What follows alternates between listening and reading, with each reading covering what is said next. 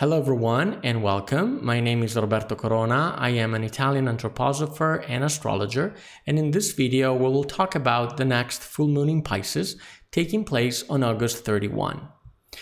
As always, I like to start with an image of Archangel Uriel, who in anthroposophy is the archangel ruling the summer season. And as you can see here, we have reached the last third of the season, Virgo season. So let's talk about the last changes in the sky. As I mentioned, the Sun entered Virgo on August 23rd. On the same day, Mercury stationed in the sky, turning retrograde. Now, Venus is still retrograde, and it is going to be until September 4, and this means that this syzygy features both Mercury and Venus retrograde. In addition to that, Uranus turns retrograde on August 29th as well. On the other hand, we have here Mars in Libra, which is a very uncomfortable placement for Mars, being in exile in Libra. Now let's talk about this full moon, because as you know, the full moon is all about the fulfillment or the manifestation of the etheric forces on Earth. So this means that it is a moment of retrospective. It is a moment where we shed light in the darkness and we start releasing.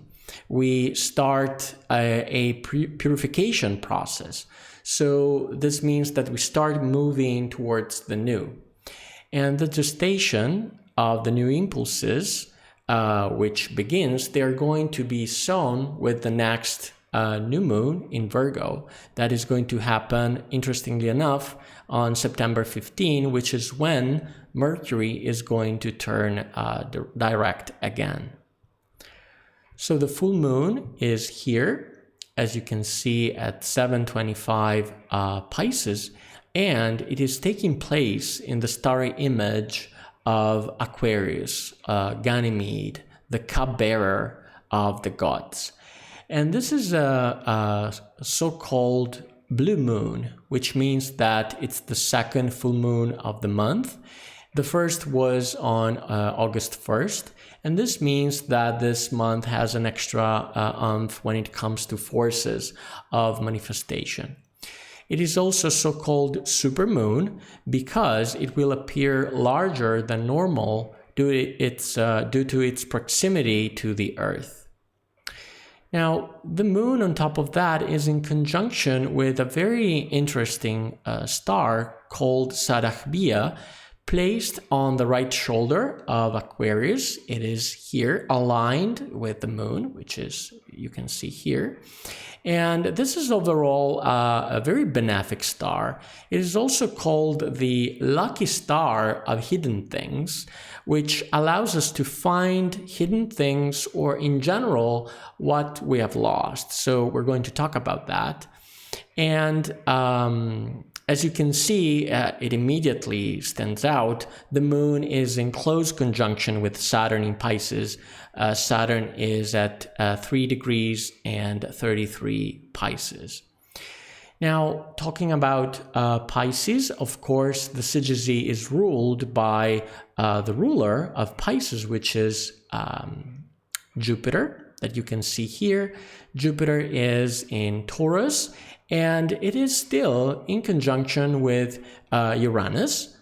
And on top of that, it is making a trine, very interesting trine, with this Mercury retrograde in Virgo.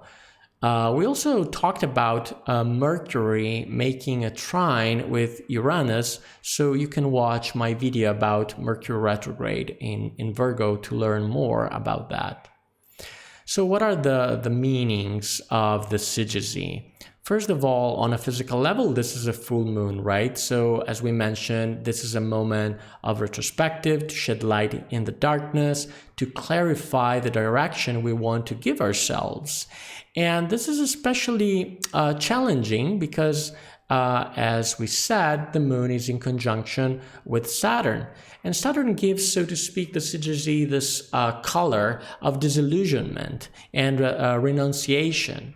So most likely, following the impulse of the last new moon in Leo, we got carried away, we overdid it, and now Saturn is here to slow us down, also forcing us to unload ballast, so to speak, to continue.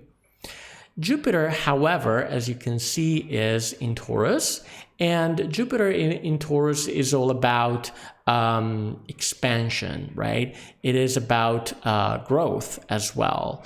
So this means that we are moving on. We continue this process of growing, this process of manifestation. But with the conjunction with Uranus is going to ask us to get rid of this sense of stability that usually comes with Taurus, and the fact that we need to replan things out. This is, of course, pointed out by the trine between Jupiter in Taurus and Mercury retrograde in Virgo. As you know, Mercury in Virgo is very good at planning, scheduling things, right? And it is retrograde, and this means that it has to retrace its steps, so to speak. So we need to stop, we need to really understand what our illusions are in this sense, and in short, we have to change something if we want to move forward. If we want to continue this process, we can't do everything, basically. We have to give up something.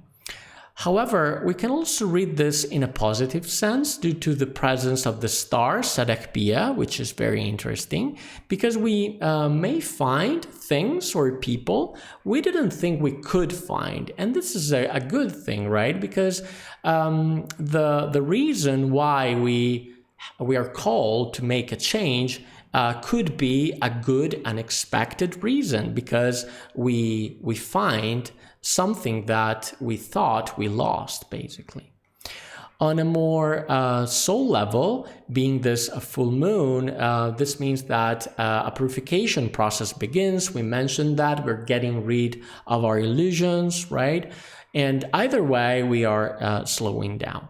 But this is a full moon in Pisces, and from a soul perspective, it can be also extremely creative and extremely emotional. And for this reason, Saturn's process of renunciation can also bring a little bit of emotional turmoil, because we don't have to hide that Saturn-Moon conjunction is challenging after all, right?